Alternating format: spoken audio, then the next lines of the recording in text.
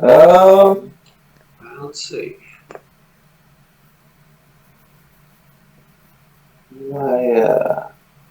Yeah. Copy the link here.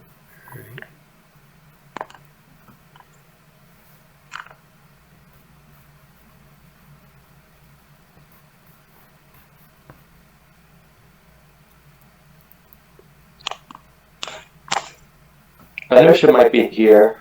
I'm not sure if Aaron will be. Angela said she might be here. All right.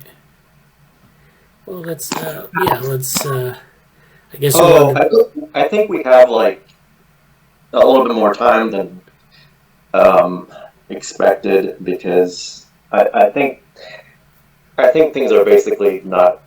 There were supposed to be some events that were related to like being outside and stuff, but people are kind of getting worried about COVID again here. So a lot of people here are like, "Oh, let's hold on about that." So the plans are a little bit like, I don't know. I'm not really counting anything in that sense. So it might not be as like rushed as I made it seem. Just people kind of change their minds about stuff, and rightfully so, probably. Yeah. Here we go. No. Hi. Hi, how are you? Morning. I'm doing well. How are you? Pretty good. Okay, that's good. Glad to be here. Good morning. Well, good morning. Yeah, glad to see you. Yeah. Yeah, so people are in England, they're getting worried about COVID again.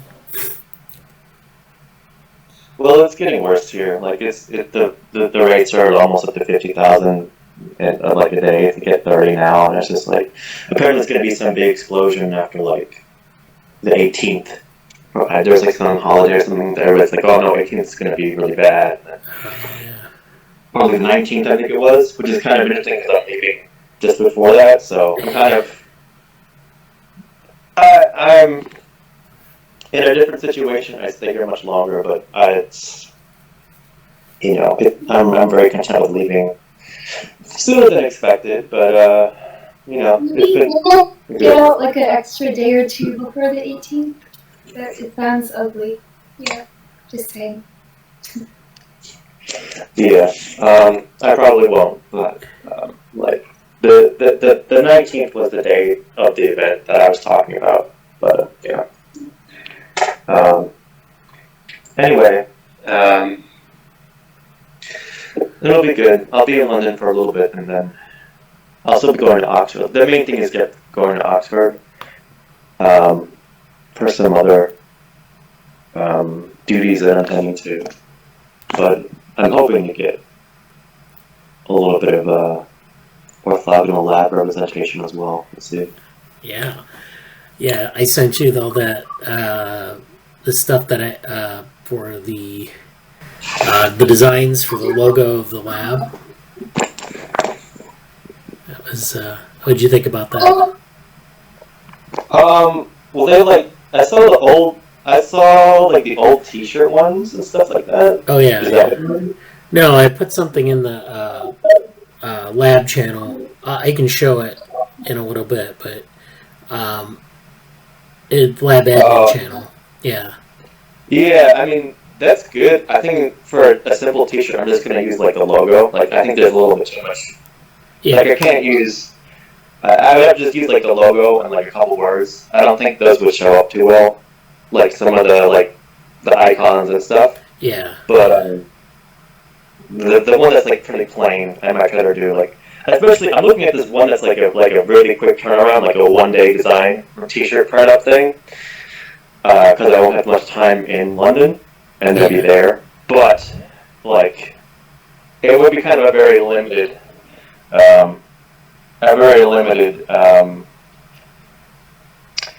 Like, it would be a simple design, let's put it that way. Yeah.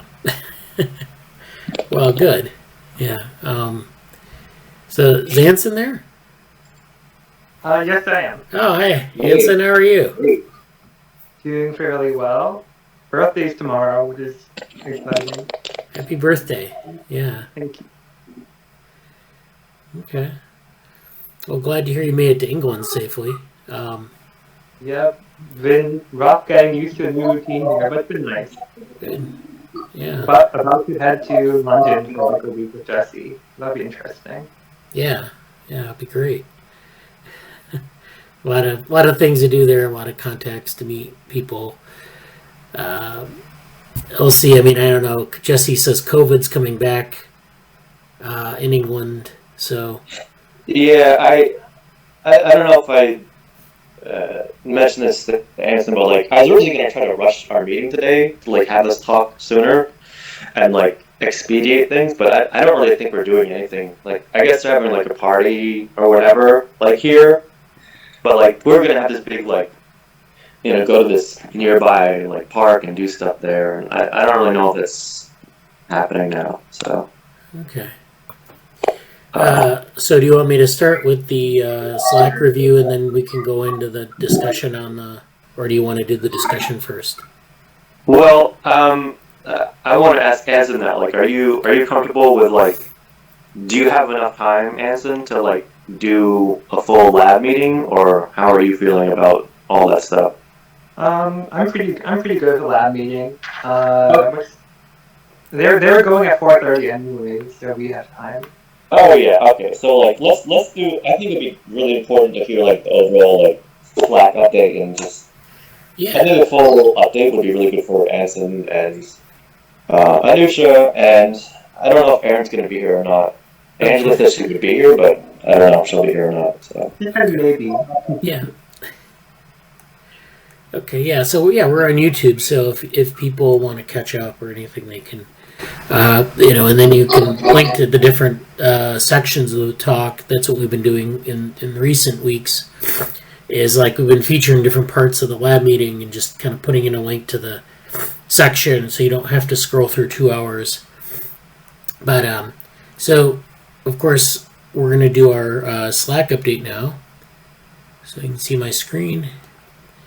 And we'll go into the Slack, and let me start off an admin lab, which is a private channel. I don't know. I think there are 4 people in here, so it's not most people don't have this channel. But so this is I was talking to Jesse this week about logos for the lab and things that we might put out on T-shirts or on and just in general.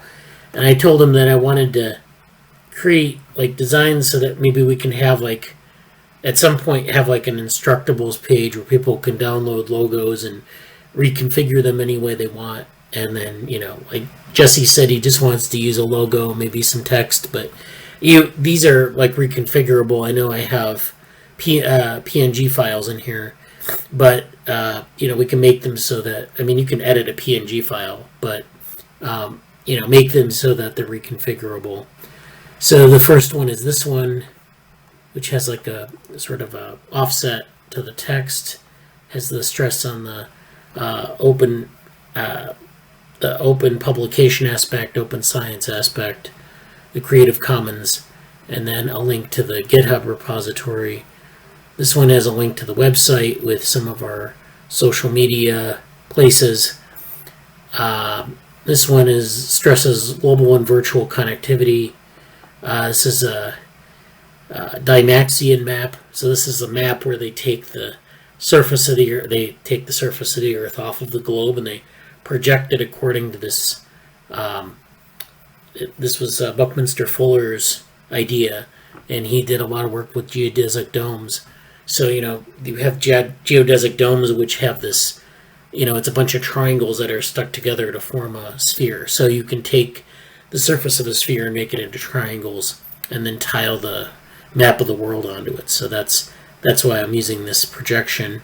And then we have this network of things. This would be a little hard, I think. I agree with Jesse to see on a T-shirt or something.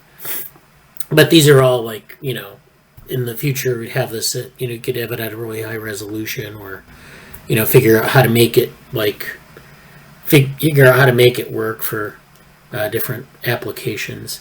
And then finally, this is the logo on a background like this. So there are going to be options like that. And then like the Instructables part, Instructables, it's this website where you can go and you can download things you can do 3D printing with. You can make your own things with. So instead of buying a bunch of swag and having it sit around in someone's closet for a while, just give people the logo and whatever, and they can make their own swag. So, and then, so that's that. And then I don't know if we have anything in these, which channels have things. I'm trying to remember where there was activity this week. I think Cogside 2021 discussion group. I don't think that's, yeah, it is new. Okay. So there's this, and so Jesse attended this talk, and he put a bunch of things in another channel, but this is one of the things. So this is this historical timeline of neuro and Cogside. I think the timeline is in that other discussion. One, you can see it better there, but this is a timeline of different fields: neuroscience, psychology, engineering, computer science, mathematics. He has the chat open here. And they talked about Project CyberSign, Stratford Beer. Yeah, Project CyberSign was a project in Chile under Allende where they were trying to sort of build this machine that would manage the economy. And when Pinochet came into power, they got rid of that. But that was a sort of a milestone of cybernetics. And so, there's been this thing about planned economies that, if you have a planned economy, it's very hard to maintain with fluctuations in supply and demand with, when you have like differences in food harvests and, maybe demand for like toilet paper, as we all know from the pandemic, where there was a demand, even in a free market society, you have the demand for toilet paper sometimes can't be met. So, you can imagine if you're trying to plan it out in advance, how much harder it would be to maintain that supply and demand. And it's, of course, a cybernetics problem. You're trying to regulate the supply given the demand. And if it's fluctuating, if it's a nice, neat curve, it's fine. But if it's fluctuating, it's very hard. So that's an aside from this, though. This is the timeline, and we'll get more into that in a little bit here. But that was in that channel. And let's see. I don't think there was anything in cybernetics itself. Oh, this. It was just a comment on basically the same thing about in that. It's the same, which is what we talked about, but like, as a little bit of background, cybernetics was sort of my first entryway into thinking about a lot of things we talk about here. And there was a project that I had a long time ago, which is basically called What Happened to Cybernetics. And it's very like, it's funny because even this collection of people, which we'll talk about later, even in like with Johan and some of the his collaborators from what used to be the Cognitive and Neurosciences Neural Systems Department at Boston, like there was still like murkiness around what happened there. So it's just kind of interesting to see how that continues here. But that's all for that channel. It feels so weirdly esoteric. So, like, you mean in terms of like like no one can answer the question, or? Yeah, and also like I mean, this is kind of alluded to what Brad said before, but there's also this sort of like heavy political awkwardness about it, because like part of like the Project CyberSign was sort of like it kind of got looped into the communism versus capitalism and USSR versus not America stuff. Right. And so like, and there's a lot of like there's like overt political, geopolitical reasonings for stuff, and then also just funding and applications, and the fact like people had very different opinions about it. Like Norbert Wiener kind of bowed out. It's like, I don't really feel comfortable where things are going. And then you have people who are like Stafford Beer, who did a whole bunch of stuff and very derivatives, and people who were working on, trying to make it more of a management, a political theory or economic theory. And it's sort of like I'd get to see a really complete history of what actually happened to cybernetics. And people, it feels like everybody has these different stories, like, hey, I knew this guy, and he said this, and he was there for that. But it's like, it feels like it's unintentionally esoteric and a little bit like it's funny. It's just funny because like when I first came into it, it felt very different, and now it's like it's not just that cybernetics died out in the 70s, and then the 80s and 90s it became more about like symbolic AI or whatever, in quotes, but there's like just a lot of stuff that happened. I honestly I don't know how to talk about it at all still, like 2 years into this. Yeah. And I don't really know anybody else. Like you could see some videos of like Stafford Beers, like, oh, here's what I did. And it's like, that's nice in the trajectory, but I don't really feel like it feels like almost hyped up, like cartoonishly mysterious at times. And I'll leave it at that. Yeah, I agree. Yeah, I think there's a lot of, and that's true of a lot of things with hype, like where things get hyped up, and we've talked about the hype curve, where you have this inflated expectations, and then there's this crash where people realize that it can't do everything that people say it can, and then there's this recovery to a plateau where people are doing things with it. But I mean, that's there are a number of models you could use to, I think, describe it. In any case, yeah. So then there was this thing here that Jesse put in on the first. This is the future of deep learning according to its pioneers. So this is a tech talk. So this is Bengio is on Facebook. I think he works at Facebook. Or was that Jan LeCun? Anyways, this is a video of the different pioneers of deep learning. This is Jan LeCun. This is Jeff Hinton. And this is Yoshua Bengio. And they do... they have this discussion about the limits of deep learning and the future directions of the research, and you'll find it interesting if you're interested in that area.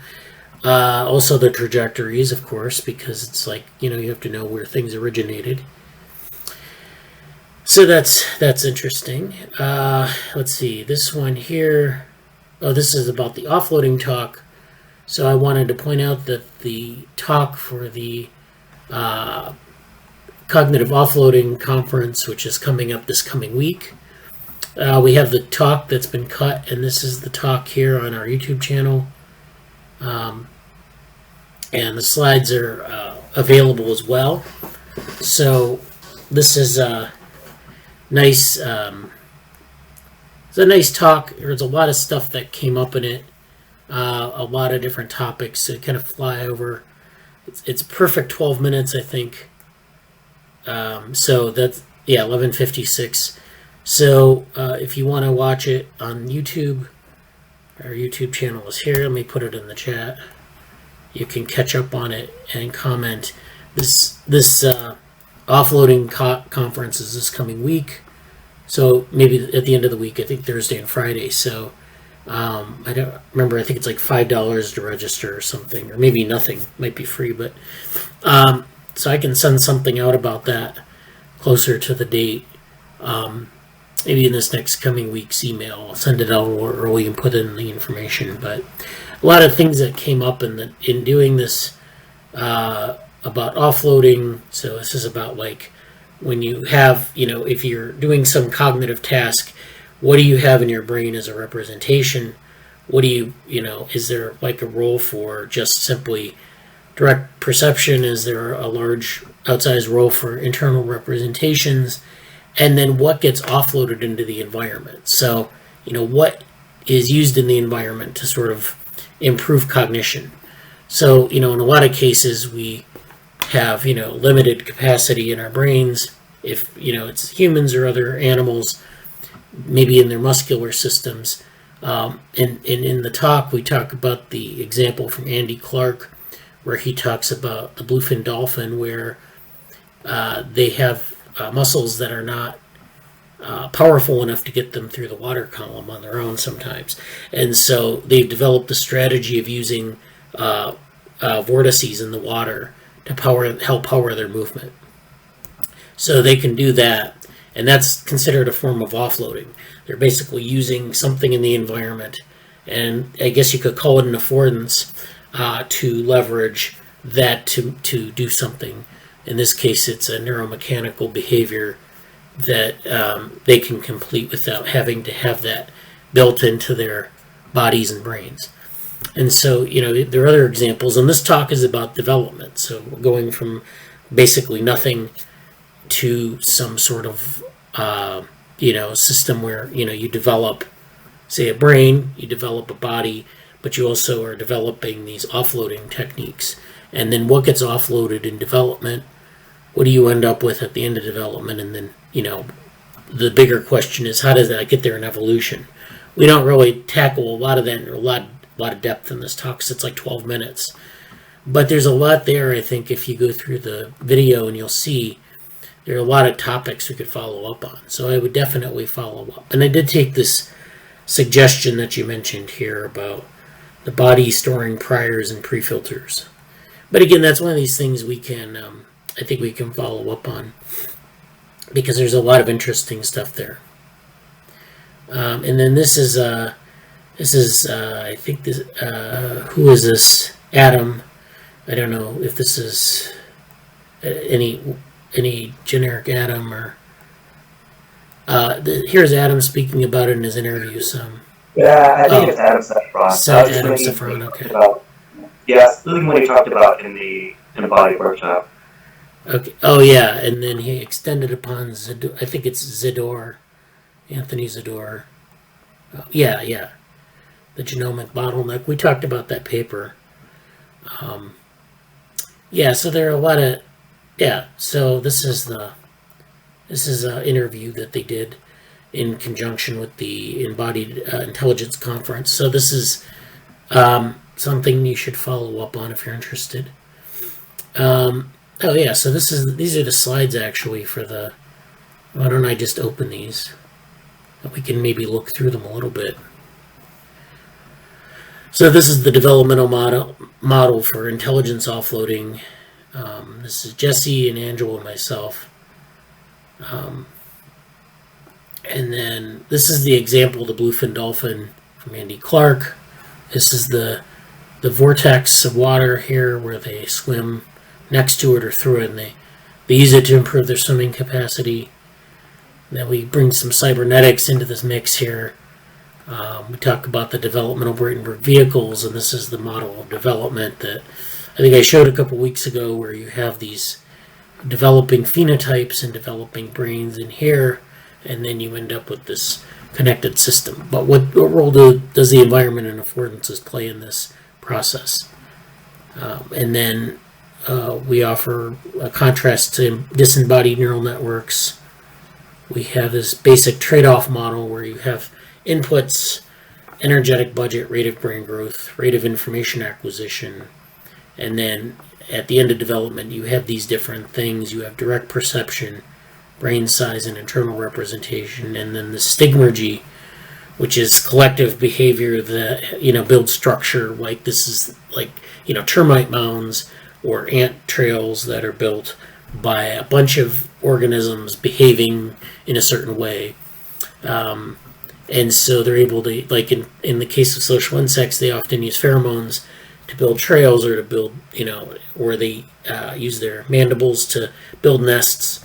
And then these are collective structures that they can all use, and it improves their cognition. So these are all the trade-off is between what goes on in the body, brain and body, versus what goes on in the environment.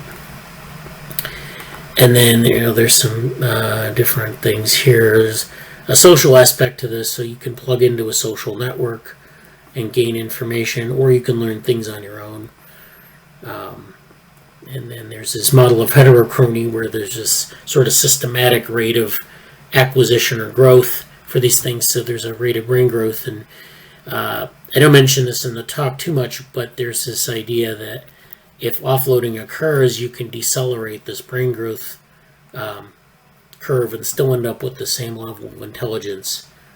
But the idea is that there's this systematic curve, and we can characterize a lot of these growth processes. And we can do it with a single parameter. So offloading potential decreases, or K decreases as offloading potential increases. And then let's see if there's anything else interesting in here. Oh, the spatial cognition example. You have these viewpoint networks that we've talked about in the group before, where you're looking at complex geometries from multiple angles, and you're either trying to make sense of those yourself or share the information with your neighbors and put together something. And this is where you're taking a slice of this environment, and sometimes, like in this Mobius strip of Super Mario Brothers, you have these landmarks like this tower here, so you can use that to anchor certain viewpoints, and then you can put them together to form a coherent world, so you can navigate it. And then there's this slide that I made, and I thought it was cool, and then I found right after I made this slide that there's this, and I'm going to talk about it later in the meeting, that there's this whole area of there's this paper where they talk about how animals use the stars to navigate, and we think about that as a human thing. Back in the when people didn't have GPS devices and other things, there were all sorts of navigation strategies using the stars, and so actually, as it turns out, animals do it too. So I'll talk about that paper, but this is the idea here, where you can use landmarks in the sky to guide where you're going, and that requires something on board in the brain, but also orienting the body and then looking up into the sky and seeing things, landmarks. So these are all interesting, but there are a lot. You can see there are a lot of sort of follow-up points to this, and so we can do talk more about that in the coming weeks. So ethics, tech, and society. There are a couple of things here. We have this post on. Oh, this was from last time. I don't know. I'm trying to remember where. I think it was in general, wasn't it? No, it wasn't. I'm trying to remember where Jesse put the thing on this discussion that was going on about this a talk he attended. Do you remember, Jesse, what channel that was in?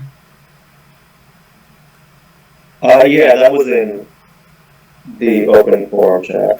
Okay, so we're here. So yeah, here it is. So this is the talk. Actually,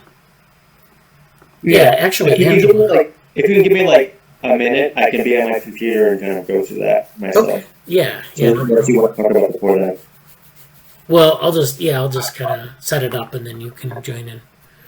All right. So Jesse's going to present that, but I wanted to mention that Angela's talking with people at MIT or Ed Boyden, so congrats on that. I don't know what that's going to yield, but she's going to talk about that. And then Jesse put this in. This would be interesting to discuss. Eric Schwartz pointed out that if you're considering whether a field model or a graph model is more appropriate, you have to consider the density of the substrate. As it happens, the number of neurons in the brain is about 2 orders of magnitude lower, threshold 10 to the 14th, to be a reliable field model, but it is only a few orders of magnitude higher than would be computationally feasible with graph-connected discrete units. Another source to look at this is David McLaughlin at NYU, who's investigated a hybrid model based on fields with point processes, sampling, controlling parts of the feedback. This is something that I think was in this talk, which we'll talk about in more detail. And then this is this finding out about filling in, a guide to perceptual completion. So this point here about the field model or graph model is more appropriate, and the density of the substrate. That's an interesting point. I assume they mean about modeling the brain, in which case that is an interesting point. We kind of think about it's a default model of like using discrete units networked together. That's where the brain gets its magic, as it were. But there's no reason why we have to model it that way. You can use a number of different types of models to model what happens in the brain without using like a network, a discrete network. So I don't know. I mean, I think that's interesting. And then there's this hybrid model based on fields with point processes, sampling, controlling part of the feedback. So that's Yeah, there are a lot of ways you can deal with like feedback creatively and things like that. Um, yeah, yeah, I think, and even with a lot of the stuff that we do with development in my other group, development is a different can of worms. So in that case, you want to look at maybe like morphogenesis. So that's a lot of agents interacting, maybe particles interacting, or there's some sort of field of signals that you have that you want to use, and that'll generate these patterns, and you can actually model that using a neural network, using a cellular automata. So it's a different sort of it's a different can of worms than the brain, but at some point you have to combine those because the brain does emerge and it has this sort of morphogenetic quality at its very onset. So at Networks 2021, we just presented a talk yesterday from my other group on sort of how to think about the sort of the origins of the brain and the body in the embryo, and how you start off with an embryo of undefined cells, and then those cells grow, they sort of differentiate, and that system grows into two systems, a brain and then some somatic cells that do different things in the body. And so, you want to be able to characterize that emergence somehow. And so that's what the talk was about. But it just goes to show you that, our model of the brain is like maybe one of many ways we can characterize the brain. And then on top of that, there are other systems around the brain that need to be accounted for. And then how you do that. So, yeah, that's... I don't really have anything more to say about that. But it's something I think good to think about. So Jesse's ready, I think. Hey. Hi. Everybody. You can see my collection of crap shirts in the background. Right. Yeah, I see. So, should we go over the Johann stuff? Yeah.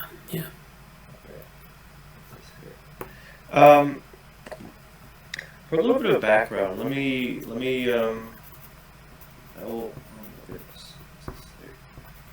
epileptic over here. Alright. I will pull up my, because I basically just done everything in Slack. I usually try to do this in like a, like a Notes document. Yeah, but I couldn't really get that to work. So it's up here. Okay, let's. Yes. Oh, it's not letting me choose. I guess you're just gonna see my whole screen apparently. Yeah. You can see that awkwardness right now. But can you see this? Yes.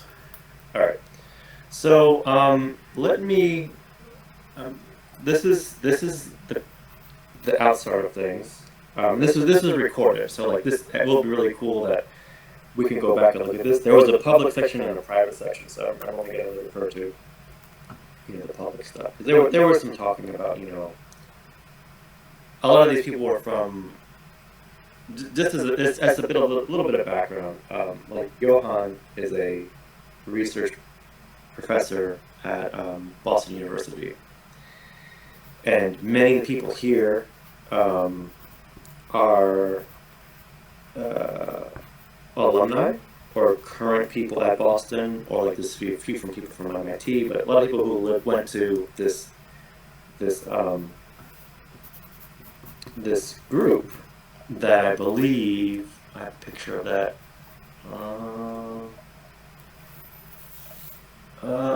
The house that Steve built.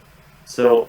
This is CNS. This is Boston University's no longer existing cognitive and neural systems program. I actually was really excited when I first saw it, but then it was only like I don't know if in absentia is the right way to say it, but like it doesn't exist anymore. But there's still references to it that are around. But I want to kind of give. I'm going to read the email that Johann sent out to the group, and anybody can join us. But he said, Hey everyone, tonight we will begin our exploration of Steve Grossberg's book. Today will be a very broad intro, keeping with the all over the place in the first chapter. We will try to situate Grossberg in a wider world of neuroscience and cognitive science, and then maybe look at a few recurrent themes in his work, which are the usefulness of perceptual illusions in inferring what the brain does in more natural situations, how recurrent competitive fields work, and agreement or resonance between top-down and bottom-up processing, and why this is related to but distinct from most predictive processing frameworks. He made a Google Colab tutorial that simulates some of the basic recurrent competitive fields. And that was kind of the intro that was given at the start of this. But there's a really this first meeting was kind of like half. It was kind of about Steve Grossberg, who I believe founded this department, and there was a lot of interesting stories about how Grossberg is a brilliant guy, and he was really good about finding. Like he was able to draw from a lot of people from like all over the world to kind of put together this department, and it was a very interesting place.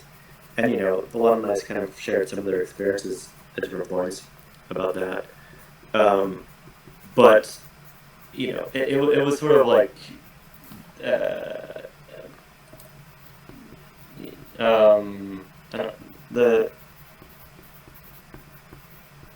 don't know if I have a picture of the book itself, but that just goes to what I have here. This is the intro slide from Johann's stuff.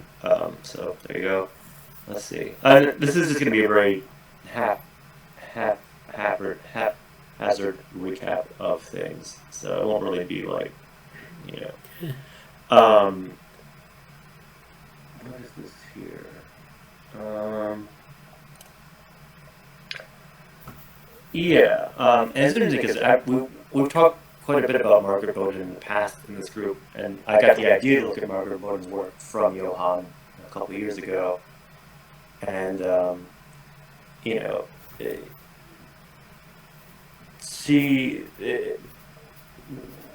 it's an interesting connection between what Grossberg's tried to do with his own view of things. Like one of the takeaways from the talk was that Grossberg still has a lot of ideas that haven't really fully been fleshed out. I don't know if I put this. Let me try to go to this. I didn't put the full picture in here, but at some point they showed a picture of like his dissertation, or like part of his dissertation, which is like his 500-page, just like it had like almost 200 sections and points that were a bunch of ideas that today are still not really fully fleshed out. So he's a very interesting guy, and there's a lot of I really recommend anybody who's interested in kind of trajectory stuff, or who is kind of interested in that background, to kind of see what Grossberg was doing, and kind of how things evolves. Or not, they didn't really go into how things evolve, but just like the context, like that really difficult stuff to understand is like the context of within which all of these ideas originated and then were or were not fleshed out over time. That's kind of what this slide alludes to. Schwartz, I believe, coined the term computational neuroscience, and originally he came up with this pentagon of neuroscience, which had like the purest theoretical physicists. Does Johann say that the next slide? No. Johann had another slide here where he kind of explained, like, you know, Grossberg was kind of here, and then a lot of his, you know, postdocs and students and whatever were like more towards this way because they had to do all the experimental work. And it was interesting to compare this to like the cognitive science, you know, 5 or 6 or 7 disciplines being integrated in there, which kind of looks like this, but is not the same as this. And it was interesting to kind of have that take on things. So the first like quarter of the talk was really good for I would suggest we review it before our presentation, because I think it will help flesh out things from things, especially what I really like about Johann is like Johann is me if I was a neuroscience bio person who did physics. And that's just not the path that I took. But if I had another life, I would do just that. So I really like that he's really based in biology and not. We have a lot of similar views about like what is some of the deeper questions kind of seem to be working towards, but he's very much like based in biology and the math around it. And he's a very brilliant guy, obviously, so that's cool.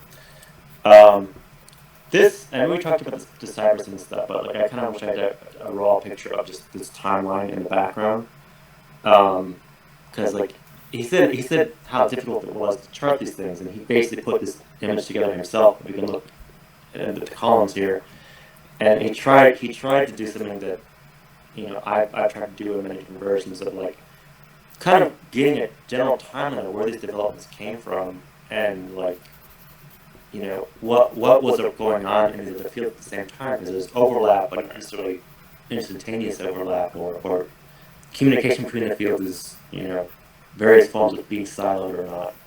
And so a note to go back and look at that diagram and that part of the discussion outside of cybernetics.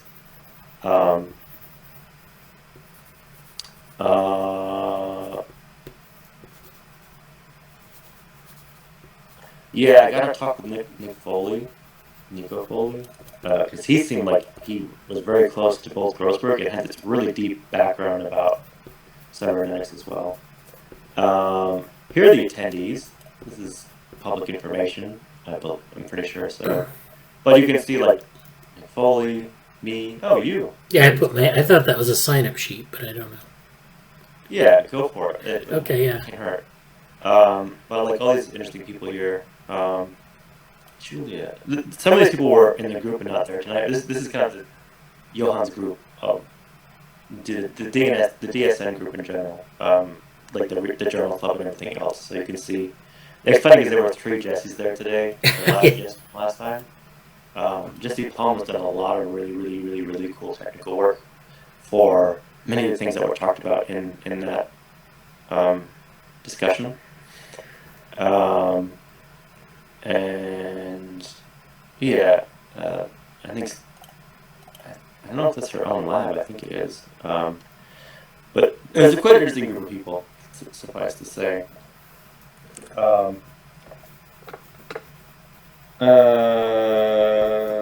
Anything interesting you can say about this?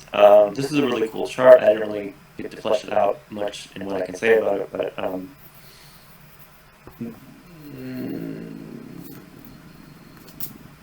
nonlinear dynamics is something I really want to get more into. I want to take that Santa Fe course eventually. Let's see here. There's a very interesting, like one of the things about Grossberg is that he uses terms in very idiosyncratic ways. So like feedback and or resonance and like agreements and some other stuff, and like everybody there but me pretty much knew about ART, which I don't really know what it is or how to talk about it. But it's something that I think Grossberg fleshed out.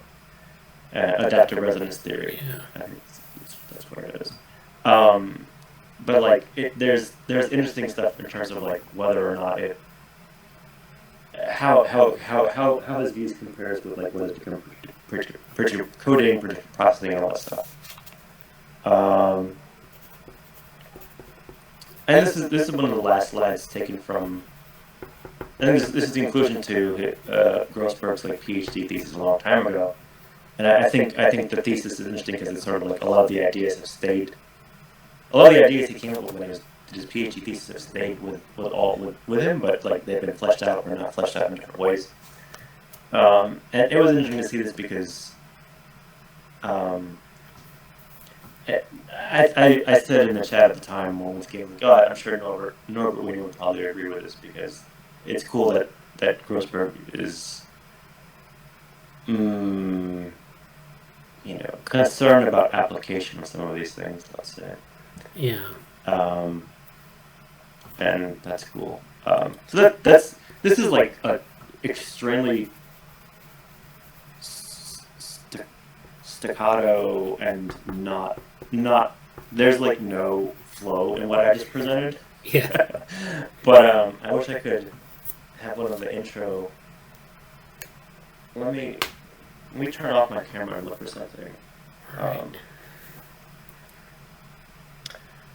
Yeah. Hi. Let me. Yeah. I'm any thoughts or ideas while I look for. I'm looking for something very specific. I forgot where I put it. So there was a screenshot of this thesis that I wanted to show off somehow. Okay. Well, I mean, yeah. Did Anson or Anusha have anything to say? Comments?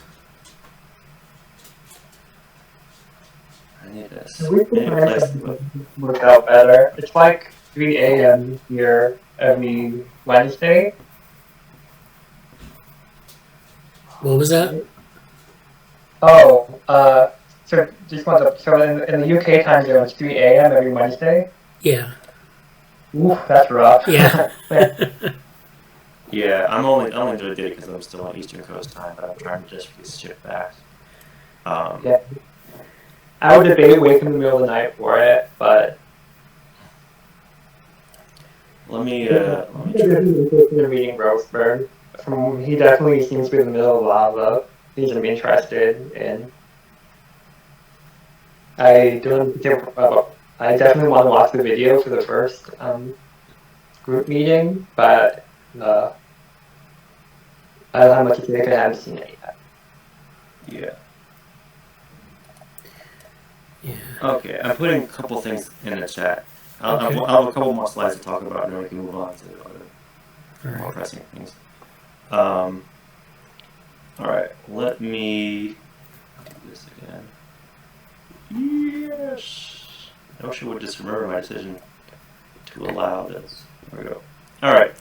So one thing that came up was this is, I believe. I don't know if this was Johan or Johan paraphrasing Grossberg, but I have two different memories about this slide because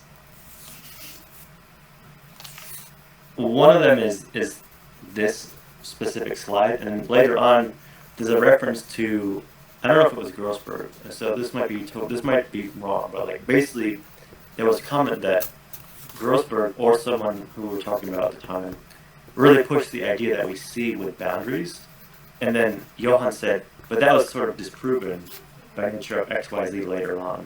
And I don't remember what those details were, but I think it's quite an interesting. I think it's quite an interesting thing to think about in general, because I think there's an inherent connection between boundaries and affordances, and that wasn't explicitly stated at all yesterday, and I didn't really have the means to discuss it at the time, but I think there's something that's sort of like, I feel like in one sense, boundaries are sort of like the other side of the coin of affordances. Like our ability to differentiate a boundary is somehow tied to the differentiating an affordance. And this obviously something to workshop and sort out. It's not a complete thought, but just wanted to mention that because that's a different thing. And then finally, this was the first page of his PhD thesis, or the intro. The first page of the section titles are like contents of the PhD thesis, and Johan selected a lot of these things that were sort of like, interesting, like, this is from 64, but like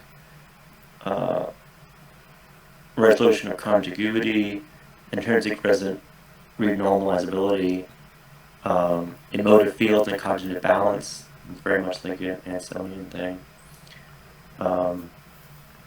Markov models do not suffice, and this led to a really interesting discussion, which we talked about a little bit for like about 5 or 10 minutes after this. This whole like, what's in the blanket, what's out the blanket, how does that cover, what does that not cover, what can that do, what can that not do. That was an interesting one.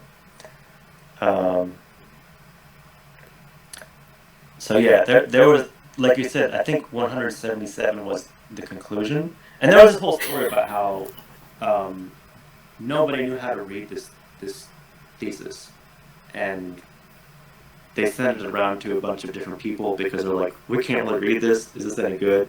And they sent it to like some other people, and I think either their feedback is what makes the thesis, or just there's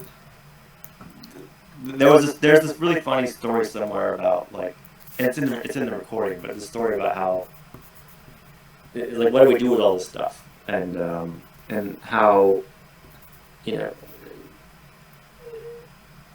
like the first thing I kind of said, let's get to this. What's the influence of Grossberg, and what's, you know, how much have you actually heard about him directly or not? And there was a discussion later on, which, you know, I'm only alluding to, but there was a discussion about a really interesting discussion that took place in kind of off the record, but the summary of it was like, you know, not summary, but a takeaway from it is it's interesting how people can have ideas and what factors lead to their spreading or not, suffice to say. And Grossberg is a very interesting person in that context. Yeah. So that's it. That's all I got for this. Any other comments or questions before we change? I don't think the thesis would fly today, but yeah. No. I'm just saying. No, I'm not being it's critical. more like just a giant collection. Like, it's almost like a bunch of blog posts, you know? Oh yeah, definitely. And I don't know if this is like the final version, or just like, I don't really know. I think it's great personally, but I just didn't have from personal experience that there's but it's definitely got like this collection of thoughts, and definitely like, you know, you go back, and I've heard of Grossberg, but I didn't know that Grossberg had that kind of reach. You know what I mean? Like that kind of range. Well, that's the thing, because apparently he was extremely. Apparently he was very, like, he's an extremely brilliant person, and he was very good about some things and had troubles with other things, and just the way there was talk about, like, you know, there was some, you know, there's always politics and like grudges and weird stuff that comes up in academia, but it's like one of the interesting takeaways from this was like there's a lot of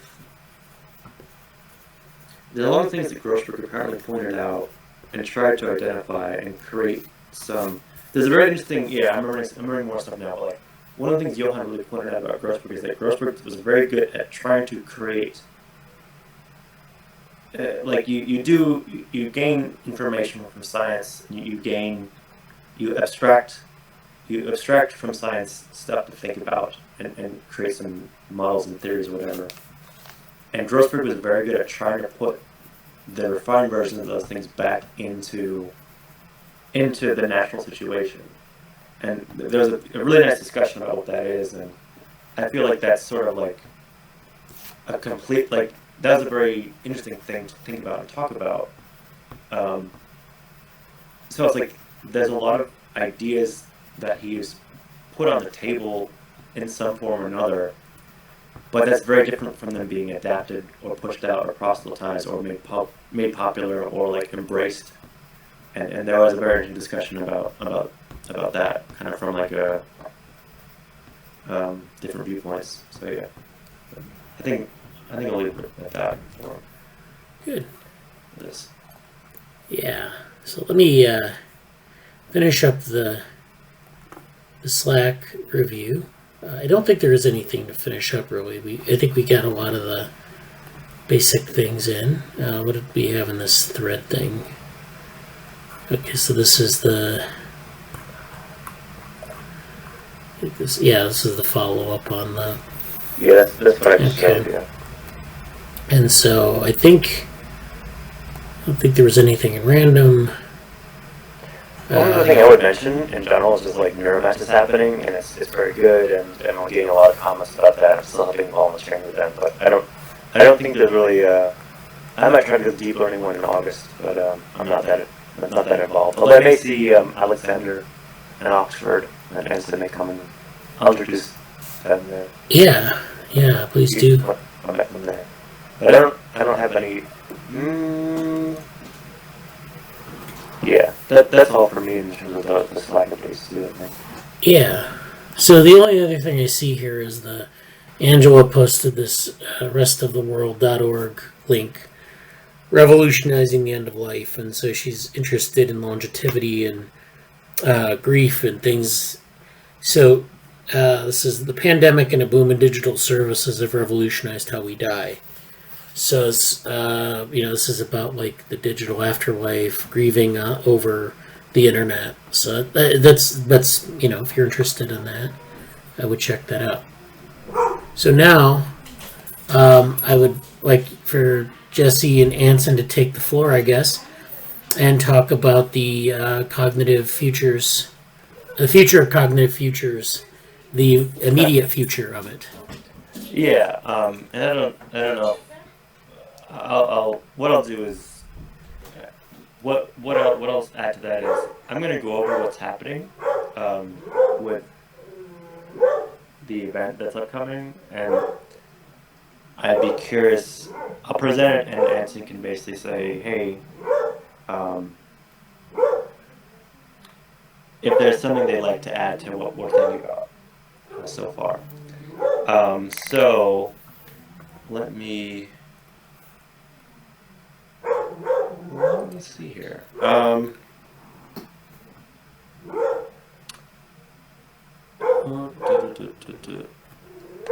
Pull this up here.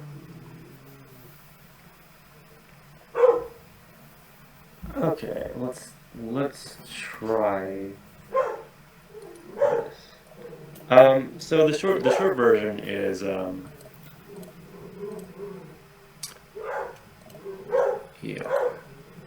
the short version is we have a big event coming up soon, and that's at the Computational Science Society. And I'm gonna get out of Discord right now.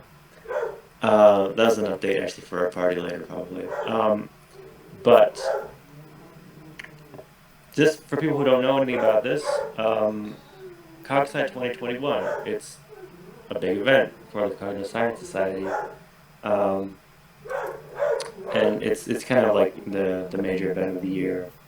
It's in late July. It's quickly approaching. We got into a discussion group. I submitted a proposal for it, and I think they added one recently. These all seem pretty cool, actually. I think this is new. I want to update our little talk here, because we're kind of discussing, I'm saying we're kind of representing different backgrounds, and there actually should be more people on here, depending on who wants to contribute to this or not. But we want to look at where things are going and kind of what's missing, in so many words, or what evidence can be developed. And so, in the meantime, we have this. This is our main website for the group, which I've kind of shifted back to highlighting that we're at this event. And what we're looking to present is a few different sections. I believe we have 90 minutes, and we have to kind of break that up into some different topics that we'd like to talk about, and different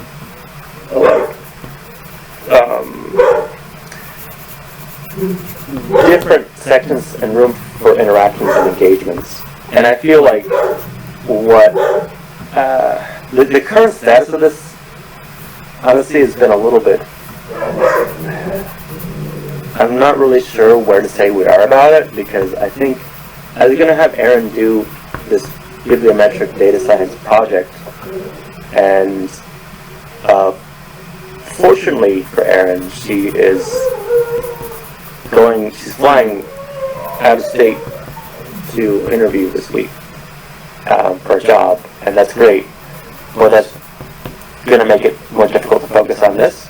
So I don't know if I'm going to have as much of a robust bibliometric interview. Like, I was going to devote, like, 20 minutes to that.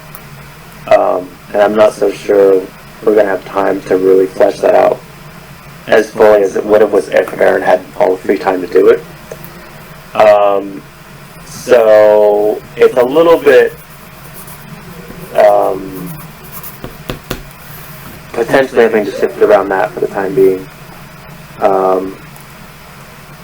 Outside of that, I was gonna do something, a collaborative sort of thing with the state-of-the-art AI, more so in a computational sense, because they're more computer science stuff. But just trying to merge like some computational computer science or computational neuroscience, or even just talking about like AI in general. So I'm gonna try to give like 15 or so minutes to that. That'll be pretty easy. To just I have a few things I'm working on with that already. I don't know where Anusha is about her sense of wanting to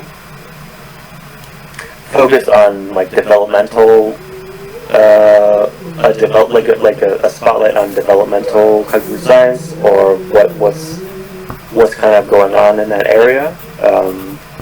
But that's something that we had in mind. Huh? I find that interesting. Yeah, but like, what would you be able to like devote a significant amount of time to making like a presentation? You don't have to present it yourself necessarily if you don't want to, but like, what would you want to? Essentially, would you want to craft a deliverable for what we're doing in that sense? Is this like for the conference, like create like a PowerPoint presentation? Yeah, like something. It could be a presentation based on findings. If you wanted to just create it. Oh, here's my take on developmental stuff. Or you could, if you so chose, you could try to do like some kind of interactive question and answer session, or like you could do whatever you want to do. But it's more so just like, I don't know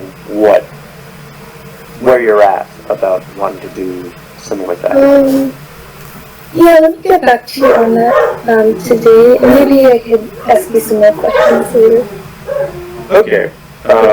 Because I'm just looking for like, I'm basically looking for segments to like creating a schedule for Foley, because we'll have a lot of, there'll be time for discussion and so on and so forth. And we don't have to like, I'm not saying we have to use all 90 minutes extensively. Like, we can just sort of leave it open at the end for general discussion as well. I'm sure people will have things to talk about. I think that's actually a really good thing to do. So I'm not trying to force a bunch of things you have to create, but just like, if we have about 60 minutes of like programming to fill, what's that going to look like? One of the things I really wanted to do was the Aaron project, but I'm not sure that's going to. That status is questionable right now. So I'm kind of just looking to see what else we want to talk about. But we'll definitely do the AI, state-of-the-art AI thing, because I'm already doing enough with that. I would love to generally have someone on the overview of like, almost like a follow-up. We could, like, to put it in simple terms, a follow-up from what happened to cognitive science, like what that paper from Nunez, and kind of where are we since that paper, kind of a thing. That kind of be an easy, like, starting point because that's a popular enough paper and a critique paper, and kind of just, you know,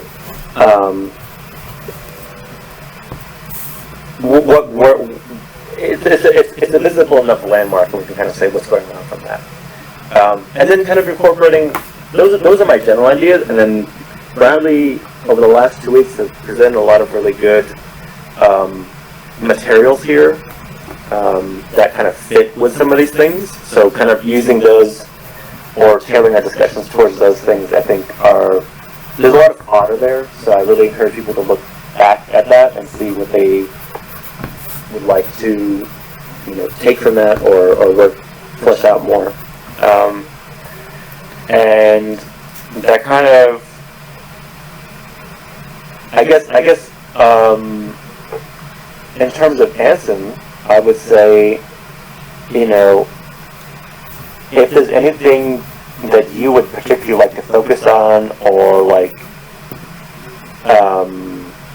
explain in terms of, not explain, but like, I know you're very interested in a particular set of research ideas, and I think it would be, I think even just talking, not even in the sense that you have to have, I want to encourage you to not be like concerned that you don't have any sort of, you don't have any particularly like a finalized version of your ideas or models. That's fine, but I think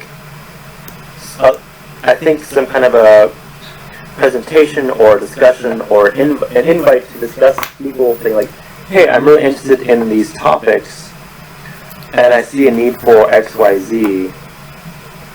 Here's sort of what I'm thinking about. What do you like creating a discussion in that way, I think would be quite interesting. But I'm open to what comes to mind. And I know you haven't really been deep into what we're talking about here for a little bit, but if you have anything that comes to mind, you know, we can work that out. That sounds good. I think it would be interesting, definitely, to like connect some of my interests to particular authors or approaches and lead that as discussion. Yeah, even in the sense of like making some references to like Eric Hole or free energy principle or a lot of the new stuff. Like there's been a few new things that we've been talking about too. So like just sort of like being that as the case, and even like we could even essentially open up like a really cool discussion to have. It's sort of like I just had this idea from up here, like it was an Anson's discussion itself is like Anson's version of the discussion. And in one sense, I wouldn't mind having like an open, collaborative like discussion session where if people in the audience would like to talk about a trajectory they'd like to go in, they could just pitch it for like a 2-minute pitch about it and say, hey, well, here's what I'm looking at, here's where you could go, kind of a thing. Like kind of like not like a field finding, but like a path finding discussion. That would be a cool thing to do.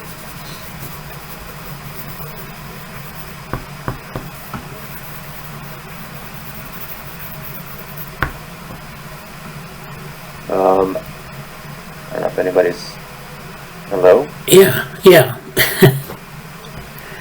Yeah, that's great. And I like that the website's been updated and, you know, Yeah, we just need to put more continue. on there, obviously, but yeah.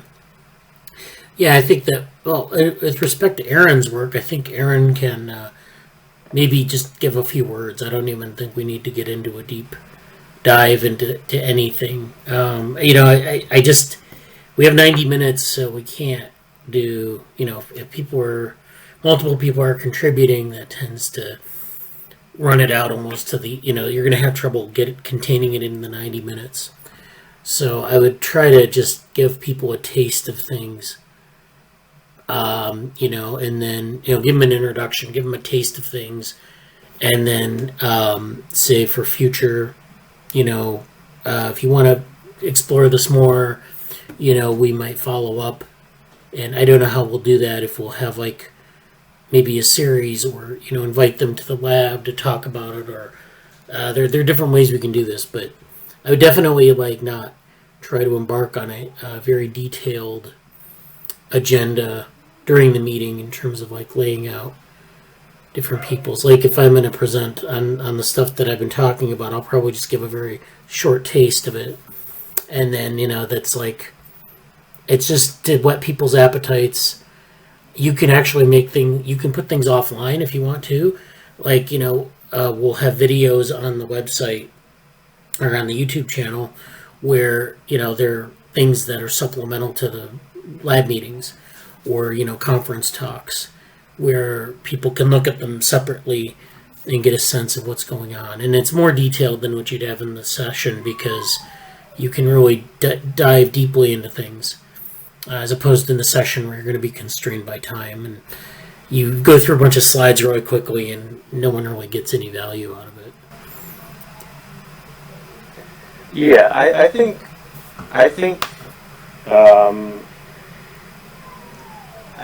it's kind of by this weekend, and I'll actually have a lot of time traveling soon to be working on this in my mind. But I think by within the next couple of days, I really would like to have a pretty clear schedule of stuff because there's a lot of time, but there's also like I would like to nail down a few more specific things. Like I don't know if there's anything based on what you presented in the last couple of weeks. Is there any like particular topic or segment that you have in mind that you are like thinking about that you would like to present yourself, Bradley, or like that you think we should not you as in like just you, but like is there anything in terms of a segment or a discussion or a panel or whatever that you would like to feature or specifically designate? Yeah, I think I'm going to go over some of the things in the Cultural Evolution Society talk on like, sort of idea genealogies or idea phylogenies. And I'll just go over a quick view of that. And that'll be for me. And then I think, one of the things we can do is like, I think prepare like, if you can prepare like maybe a timeline or like we talked about, I think a couple weeks ago with respect to a sort of a hypothetical set of references and how they'd be organized in space. Like, what do we mean when we say, the origins, like we have a couple of things that we've had themes. So we've had like the origins of a field, the origins of ideas, interdisciplinary mixing between fields. And this is something I'll cover in my slides, but to give people a broader view of it, like a higher level view. Just like, okay, how do we say that things are interdisciplinary? Or, we have like neuroscience and Cogside. Ideas will go from one to the other, or, there will be inspiration. We can show those lines. We can just do diagrams that show the relationships, but don't speak to any sort of methodology. And then, like Erin wants to do bibliometrics, and she doesn't have to do a whole presentation on bibliometric methods. Just basically say that this is something we can do.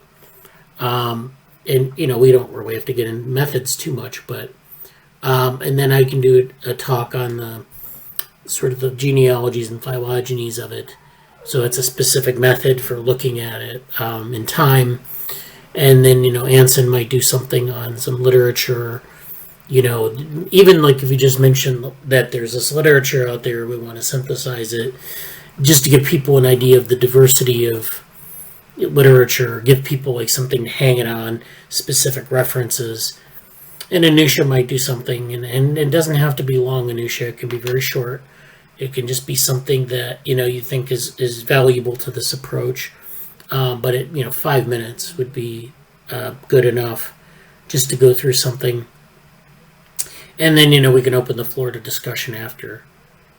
But I think that's going to take up most of the time. And I really think it'll be, if we go from that, like, sort of very high-level view to sort of, like, grounding it in some methods or some potential paths forward, and then, grounding it in maybe some actual literature, and then discussing things. I think that'll work. Yeah, that's good. I think it's a good, like, it's very, reminds me of the, According's 10 rules for papers and stuff, and it's like context, content, conclusion, very much like the triangle stuff. Yeah. So, yeah, and I think it might be. I think I'm thinking right now as a general like structure, it will kind of be like a.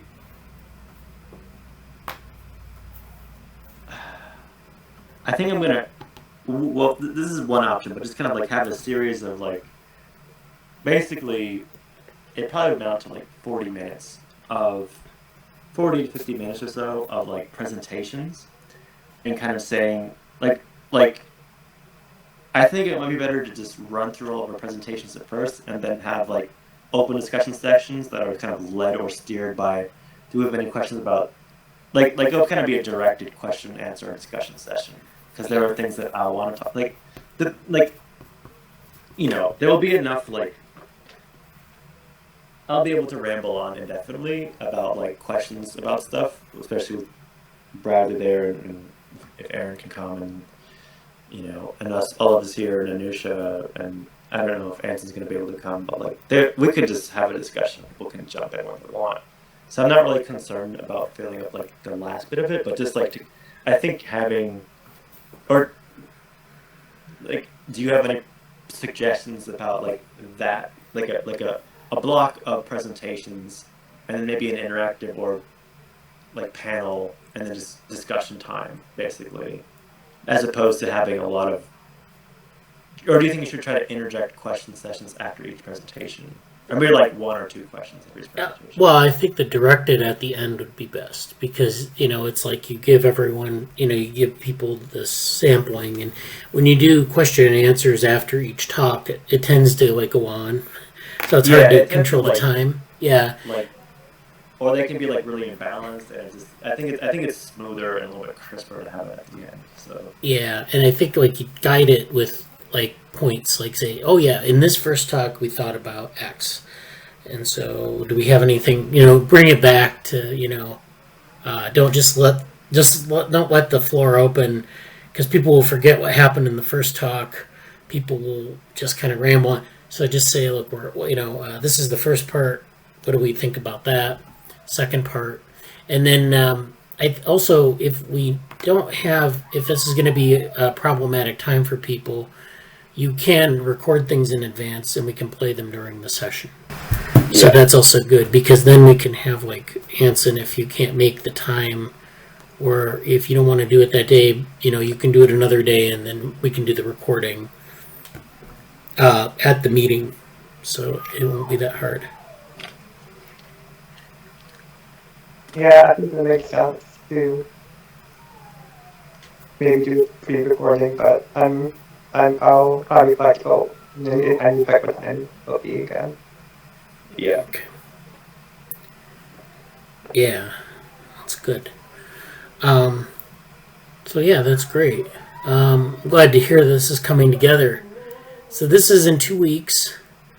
We have roughly 2 weeks to get everything together. It's always it'll be at 4 p.m. Eastern time, which would be 9 p.m. here. Yeah, and then I don't know. People in we have lab members in India who it would be really late. I don't think any of those people are participating. And then they try to make the time, I guess, flexible, but it doesn't seem like a very good international time. The afternoon in the U.S. It's I'm sure it isn't, but I'm not going to complain for myself, because I'm going to be a great time for me. I'm just very selfish of me, but like, man, I hope I won't be in Boston very easily. That's right. I don't think I'll be. I'll probably be doing that like, hopefully not in like a hotel, but like I'll do that somewhere. Oh my goodness, I have to like really plan that out. Oh my god. Maybe I'll I forgot that it's like I will be moving. It was just before I moved to Boston, hopefully. So let's work that out later. But either way, the 28th at 4 p.m. sounds great to me. But yeah, for people who like, you know, it would be great if everybody who would be like use a 5-minute presentation or something, because that'll eat up a lot of time and start a lot of discussion. It really can be about whatever you want, but if you can tie it into trajectories of where things are going in the field or so on and so forth, that'd be great. But it'd be great if I can do like one-on-one meetings with everybody this week, if you so choose. I'll be spending a lot of time, even just on the train, honestly, to London. I'll have time to actually talk through my stuff. So, but yeah, this is good. It's kind of a refresher, but it's like things are gonna be made more concrete over this week. So that's kind of, by next week I would like to have a very clear schedule and some things kind of pretty much done. I'm honestly I'm tempted to pre-record something. Like I might just pre-record something about the computer session or something, the state of the art stuff.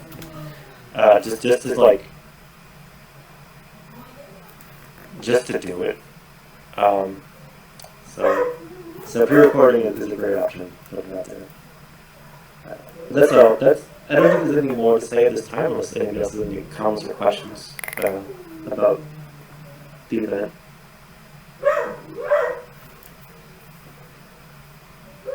Yes, we're good then. Yeah, so yeah, we can follow up on that next week too. Again, this is sort of the crunch time for this event, so we need to get things done and in place. So let's get on the Slack and let's talk about it and see what we can do in that 2 weeks. And hopefully it'll be successful. We've got 12 people. I haven't looked at the registration in a while, but last time I looked, there were 12 people. I'll look again this weekend and see. Hopefully more people have signed up. Okay, so good. Now I'd like to go to the... Let me go to the submissions document. Actually, I had a piece of news here.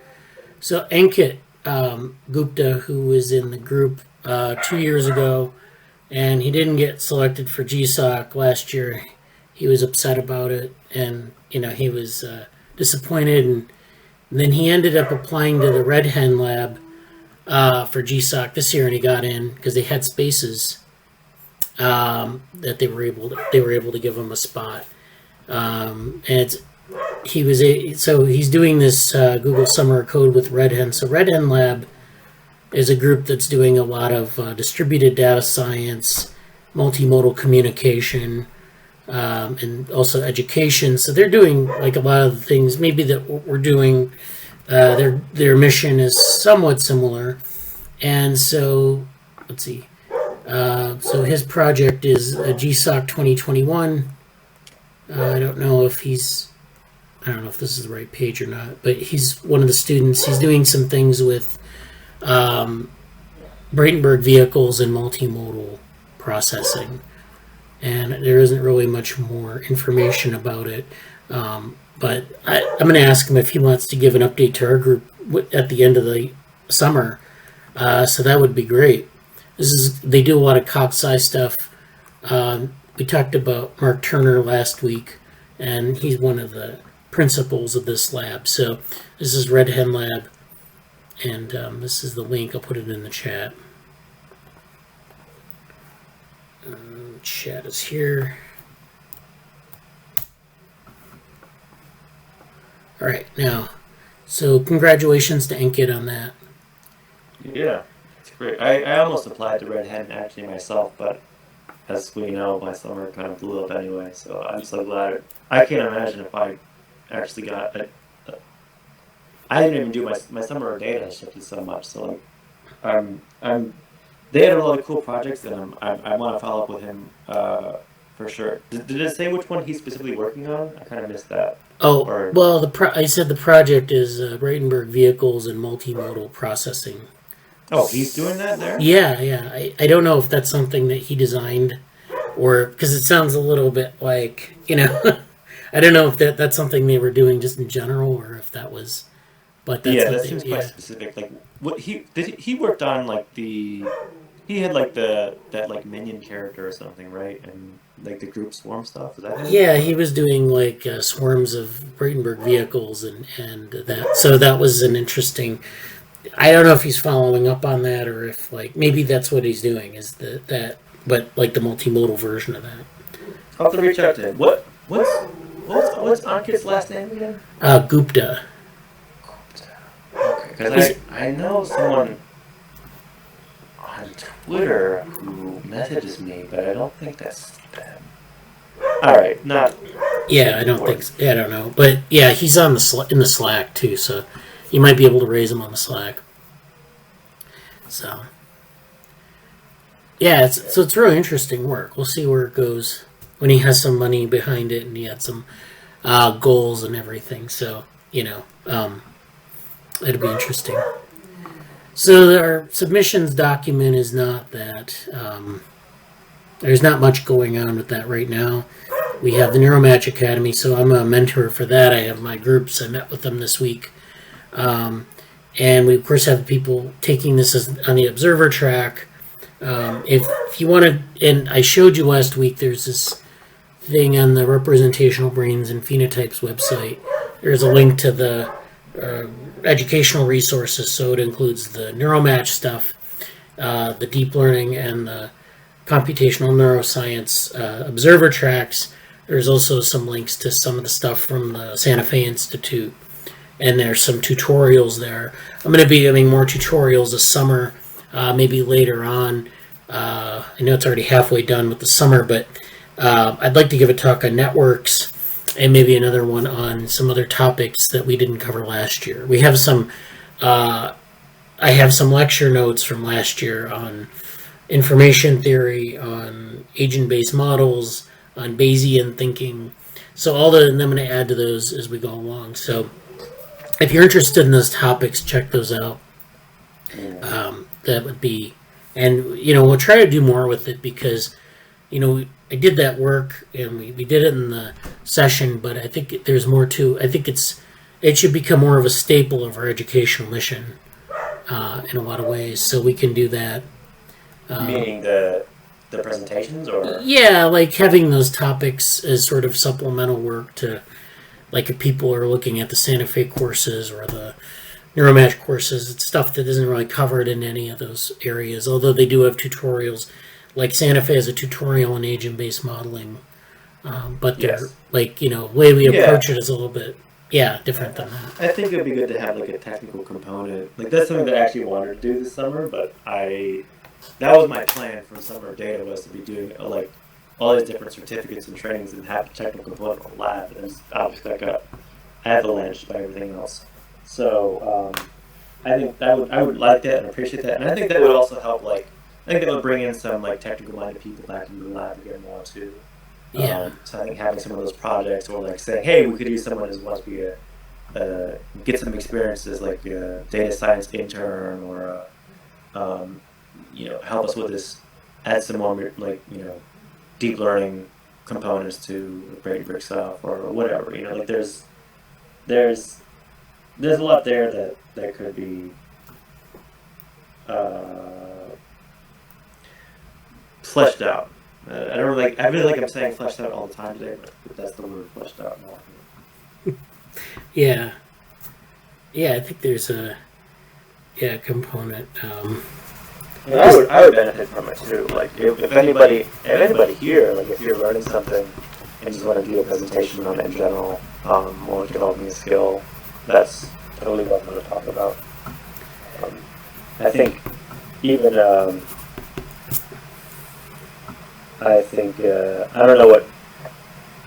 not sure what to say about Erin's job stuff right now, but even and what she might be doing for statistical analysis of things might be there's going to be some learning opportunity there too. Yeah. Yeah, I think we'll have a number of topics we'll want to cover, I think, coming up. There are a number of topics in data science, too, that are sort of obscure that we could cover. And so there are things like, you wouldn't necessarily get them in another context. So we'll think about that, keep thinking about that. And like I said, the tutorials that we did last summer were kind of out of where things were going with NeuroMatch. So, it's always good to have that will probably be some overlaps with my own contributions and the deep learning stuff when that happens. Because after Cogside, I think it'll be a little bit like if I'm moving and stuff that'll be something interesting to talk about actually. I don't know if are we kind of. Is there anything else you wanted to discuss before we go into papers and stuff, or what did you want to do the rest of the meeting? No, I think that's it. I think I just wanted to. I think the submissions we have that in hand. So yeah, what I would like to say, and I think Anson and I might have to go because we might be able to stay for the full the rest of the 30. We may not be able to stay until the top of the hour because we have some event stuff to manage here. Okay.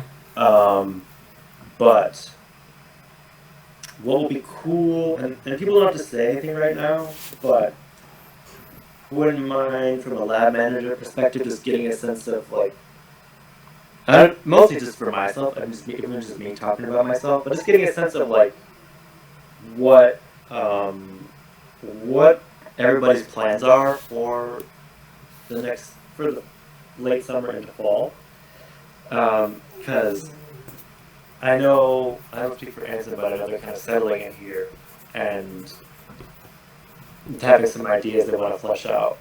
And I know Anusha's focused on a couple things that are in the works, and some new things. And I know Aaron's doing a job thing, and I can't remember this here. Is this? Okay, yeah. It's just a sense of just kind of mapping out what people would want, what they plan to do, or if there's anything that they would like to focus on in the lab or with any of the projects at hand. Because I think, I personally really like the idea of having it could be a 15-minute segment, but just an educational or technical component to the lab meetings would be cool. The papers are not going away. We have updates. The technical part of the meeting will be fun and useful. And I will hopefully be able to fully do the deep learning stuff. I don't know if that's truly going to happen, but the academy will be on my mind in August. So for me, I'm thinking August will be there'll be the DL component, and then hopefully moving to Boston. I'm having to play realtor and talk to a realtor and all this other crazy stuff. So moving ? And then as August settles down and in September, I feel like that's going to be, I think that's where we were talking about that whole data privacy thing. I don't want that to go away. I know I'm overloaded with stuff, but I really do want to do that. And that we can, if that's I think that's going to be an autumn thing, right, Bradley? Okay. Yeah. Because I think that'll be a really cool thing to do with a lot of the labs interested in the ethics team. I really am looking forward to that. It's just this, I've got nothing to put to that right now. So I'm glad it's going to be in September. And then I think over time, I have some, like I said, now and then, there's some connection between AR, VR stuff and perception and embodiment that like that's one thing that's been in the history of the lab that I never really touched into, and I know Bradley's done a lot of stuff with that in the past.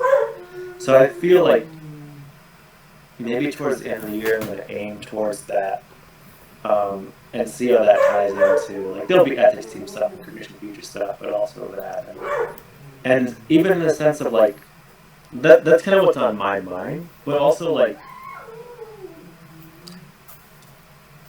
I really want people to have some ownership about projects that they want to do. So whatever they're thinking about, and also maybe like putting out some.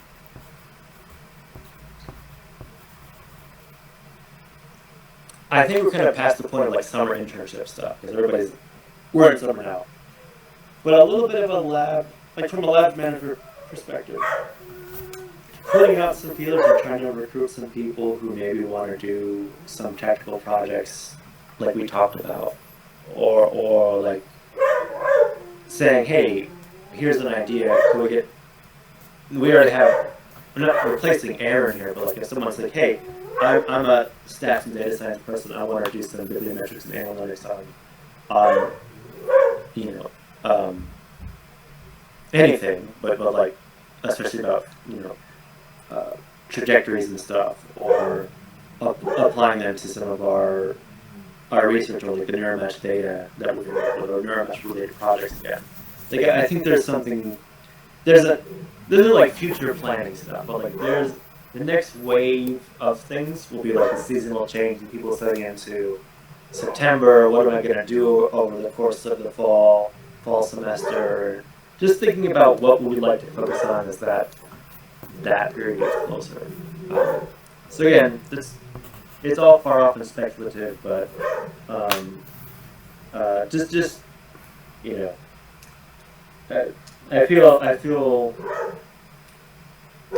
I feel a little bit bad because a lot of my plans for the summer have just blown up with life changes. So the next kind of like targeted series of efforts for things is kind of coming in the fall. And I want people here, and new people potentially, but people here also to feel like, hey, here's something I'm excited to work on through the summer and into the fall if they see anything, or even have an idea. Like, I like this idea, but I don't know much about it. So just putting that out there. Yeah, that's great. Yeah, we should think more about planning for the fall on that. So we'll talk about that in the Slack. Why don't I get into papers now, since you guys have to leave fairly soon. I just wanted to go through a couple things. Yeah, if there's anything that anybody thought about that, feel free to just tell me or message me or DM me or whatever. We can work it out. Yeah, that would be great. So the Grossbergian neuroscience stuff, we talked about that already. So that's that we have some things in that folder here. I collected the papers, so I can give people can go into the folder here, and that'll be shared in one place. Let me put the link there. And then the papers I wanted to talk about today. So this is the one I mentioned earlier, how animals follow the stars.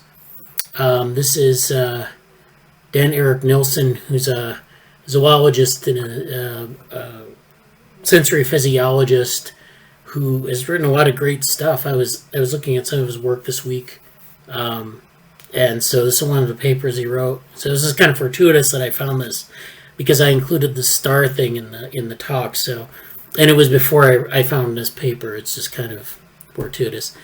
So throughout history, the stars have provided humans with ever more information about our world, enabling increasingly accurate systems of navigation, in addition to fueling some of the greatest scientific controversies. What information animals have evolved to extract from the starry sky, and how they do so, is a topic of study that combines the practical and theoretical challenges faced by both astronomers and field biologists. While a number of animal species have been demonstrated to use the stars as a source of directional information, the strategies that these animals use to convert this complex and variable pattern of dim light points into a reliable stellar orientation cue have been more difficult to ascertain. In this, let's see, where am I? In this review, we assess the stars as a visual stimulus that conveys directional information and compare the bodies of evidence available for the different stellar orientation strategies proposed to date. In this context, we also introduce new technologies that may aid in the study of stellar orientation and suggest how field experiments may be used to characterize the mechanisms underlying stellar orientation. So in this paper, they're kind of arguing that starlight is an orientation cue for a lot of organisms, not just humans, but other animals, and maybe even plants. If you take into account, like plants will often use light, they call them phototaxis or phototropic growth. So I don't know if that's a thing, but there are a lot of processes that happen in plants at night with respect to transpiration, and so anyways. This is interesting. In humans, actually, there's a person, Anthony Aveni, and he's done a lot of work on ethnoastronomy. And so we think of astronomy, sort of as like the observation of stars, and there's, of course, astrology, which is sort of where people are making sense of the stars in a certain way. And then there's this thing called ethnoastronomy, which is where different, like ancient civilizations have used, have observed the stars, and they've used the stars to do things like lay out their landscapes, do other things that, you've heard of Stonehenge, of course, as Anson and Jesse are visiting the UK, and Stonehenge, one of the ideas is that it's a observatory of some type. So the orientation of the stones are set up to observe astronomical events, and so this is what they're. But this is, of course, in animals where they don't have a lot of symbolism or any symbolism as we can make sense of. So they're using the starlight as orientation cues. And of course, ancient mariners would use, say, like the Southern Cross or some in North Star to like orient themselves in the ocean where there are no other landmarks. And so, again, this is a kind of a review of this in animals. They kind of go over like nocturnality, so they're animals have to be awake at night. Sometimes nocturnality is very common across the animal kingdom, so it's not really, it may be a survival thing. It may just be that they're awake at night. They're environmental niches ecological niches that they occupy that require them to be awake at night. So that's where this comes into, I think, the greatest benefit. They say, generally, there is some evidence that night active species benefit from reduced competition and fewer predators and parasites. And then there are birds that do night migrating, where they take off with the setting sun, and then they calibrate their magnetic compass and use their star compass to maintain this established heading. And a similar strategy may be adopted by nocturnal central place foragers that leave their nest at sunset, such as sweat bees, ground spiders, and ants. So there are a lot of animals that may use this as a way to navigate their environment. And there's, of course, a great opportunity to use these kind of cues in an agent-based setting, where you have agents that are navigating in different ways, and they're using different cues in the environment. And I don't know what the connection is with affordances here, but definitely if you think about like how we kind of break up the sky, like we have constellations and we have different features in the sky, like really bright stars or even planets that you can see as bright stars, or you can see as like the moon, which is our satellite, which is a little bit bigger than the planets that we can observe with the naked eye. Then you see how that kind of maybe those serve as affordances at certain times of the year. Around dusk, of course, they're very important. So those are all things that can be used as navigation cues. And then this doesn't begin to talk about the symbolic aspect of it, which is something you can get from a field such as archaeoastronomy, or there are other ethnoastronomy as well. There's another subfield as well. So, and then they talk about different eyes that are good for this. So in particular, animals with what they call camera eyes may be best suited to identifying individual stars, given the resolving power they afford. While those with compound eyes face a greater trade-off between photon catch and resolution, and therefore are more likely to orient themselves using luminous patterns or intensity gradients. So the camera eye is like our eye, where you have a retina and you have a single eyeball. You have two eyeballs, but you have a single eyeball that captures light. Whereas compound eyes are these smaller eyes that are in parallel that insects have, and this has a different type of ability to resolve features. And so they have these different features of the night sky that they can resolve best. And so they kind of get into some of the stars, Altair, Polaris, and they talk about the sailors. They talk about the lodestars that people have used in navigation. And then you can also use star patterns to obtain a stellar map that indicates the observer's location on the globe.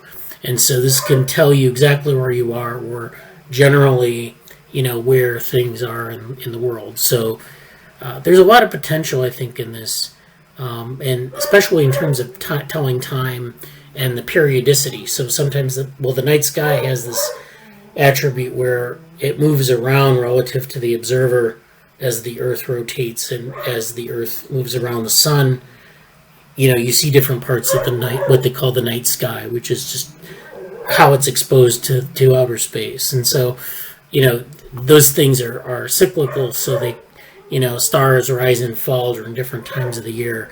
So that can be a time-telling device. And so there's a lot of potential, I think, in this area for spatial navigation, for maybe even like affordances research and the like.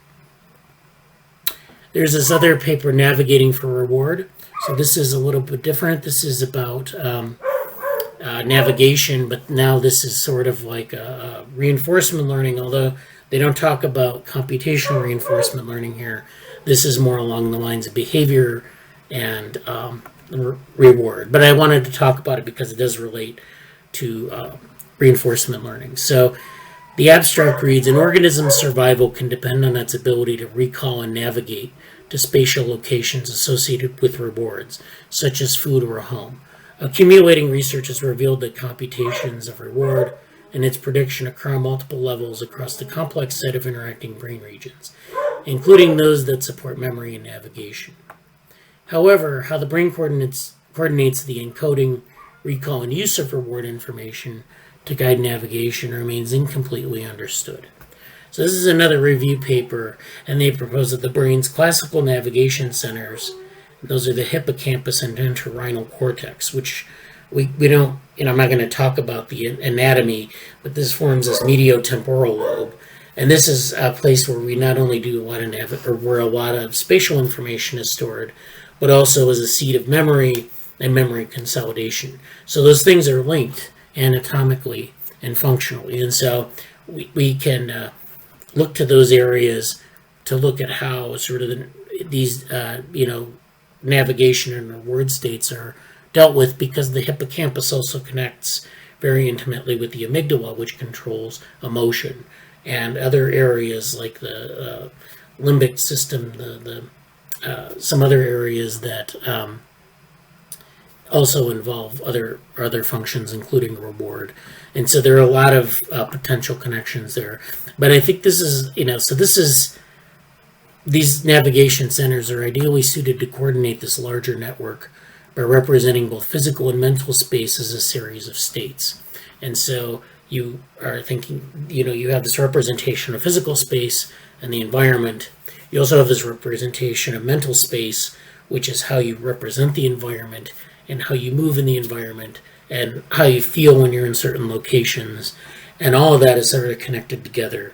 And so these can be boiled down to a series of behavioral states or mental states that then you associate with things. And that's how you're sort of move through the world, as it were. These states may be related to reward via neuromodulatory inputs. Hippocampal outputs then can be broadcast sequences of states to the rest of the brain to store reward associations or to facilitate decision making. We usually think of like reinforcement learning is dopamine in the neocortex, which is interesting because they're not saying that at all. They're saying that this involves mainly the hippocampal entorhinal cortex, which is in the medial part of the brain, which is not anywhere near, although it has a lot of connections with neocortex. So these outputs broadcast a sequence of states to the rest of the brain, destroy reward associations, or to facilitate decision making. So it's broadcasting to those areas that express a lot of dopamine with respect to higher level cognition, that regulate higher level cognition. And you'll find this in a lot of the literature on addiction or on motivation. So just so you know, potentially engaging additional value signals downstream. This proposal was supported by recent advances in both experimental and theoretical neuroscience. By discussing the neural systems traditionally tied to navigation and reward at their intersection, we aim to offer an integrated framework. So this is, they talk a lot about in the hippocampus and in the entorhinal cortex, you have a lot of different types of cells that are specialized for spatial cognition. You have place cells, you have grid cells, and other types of specialized cells. And even in general, the architecture of these areas are sort of special. They're not like the rest of the brain. It's kind of like if you're familiar with the cerebellum, where they have these, I think we talked about this last week, where you have these specialized cells that are connected in a very specific way that are actually very geared towards regulating things. And so it's almost like a cybernetic system in the brain. And the hippocampus isn't quite like that, but they have specialized areas. They have granular cells in the dentate gyrus. They have these fields, CA3 and CA1, where you have a lot of the place cells. And so a lot of these things are encode different aspects of movement. So it encodes head direction, spatial position, movement speed, the proximity of objects, environmental borders. So we talked about borders before, but in the context of visual perception. Now we're talking about borders in the context of space. So those are all encoded by cells in the brain, and we're fairly familiar with how those work and how they sort of the cells that they can be reduced to. So this is an example in a mouse where you have a goal approach where the rodent is running. They arrive at the position where there's deceleration of movement. There's a goal location where they engage in some behaviors. And then there's this reward history where they start to pick up and explore the environment for new resources. So all these things, these are all like, there's a goal, there's a set of cells that encodes this movement to a location. There's a set of cells that encodes the deceleration to that location. There's a set of cells that remembers where the food is, and then another set of cells that allows you to explore new places and put together a map of like where things are in the environment. So you run to a location, you eat the food, you go to a new location, you eat the food. You can store food in different places and come back to it later, and so forth. And this is, some things about place field clustering. So they're looking at the brain, they're looking at different, the effects of learning on these representations.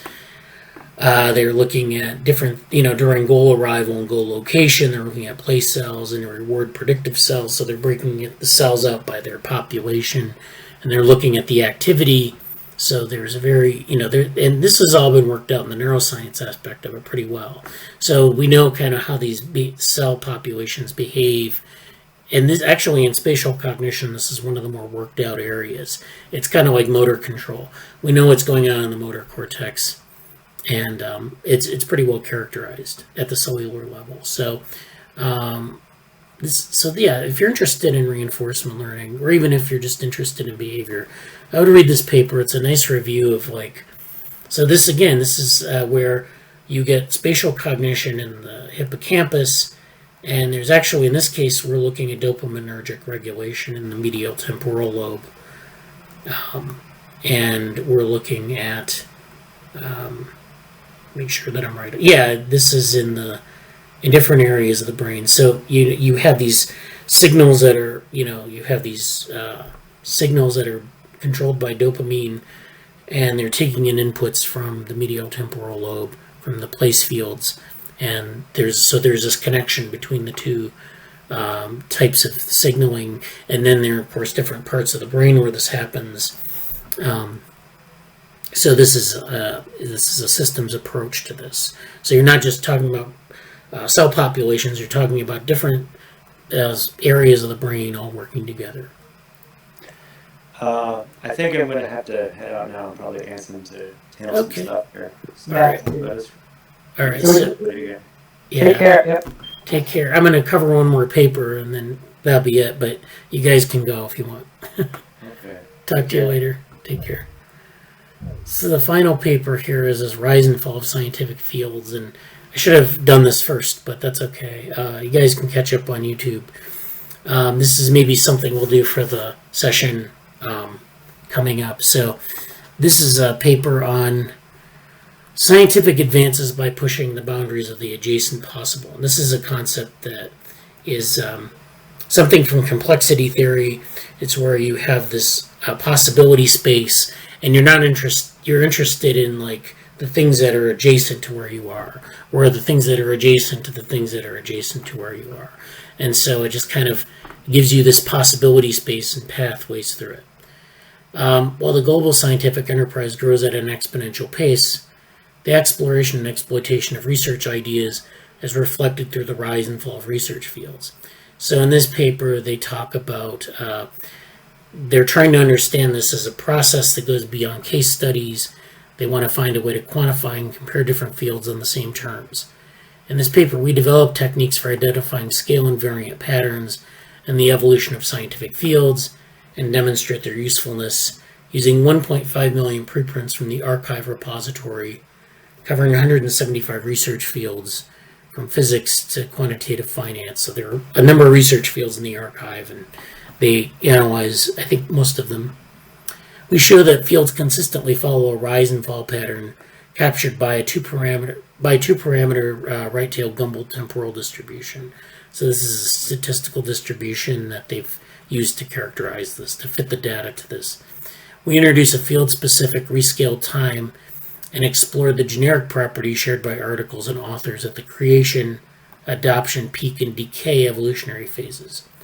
We find that the early phase of a field is characterized by the mixing of cognitively distant fields by small teams of interdisciplinary authors, while late phases exhibit the role of specialized large team fields, building on the previous work in the field. So this is a good method for the foundations of this type of interdisciplinary mixing and things that define fields and their rise and their fall. Well, maybe I'll talk about this paper in the session, or maybe we'll do a separate sort of presentation on this in more detail. But I wanted to bring it up at the end of the meeting here, just to kind of give, set a marker down for this.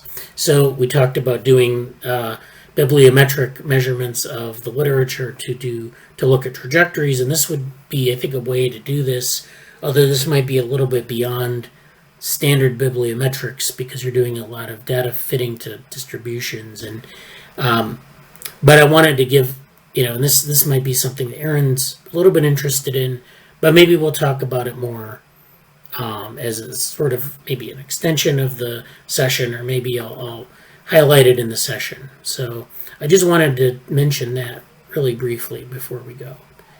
So thank you, Anusha, for sticking around for that. And I'll see everyone in the Slack in the coming week. And then next week we'll talk more about the event, which is coming up in 2 weeks. Anything you wanted to add, Anusha?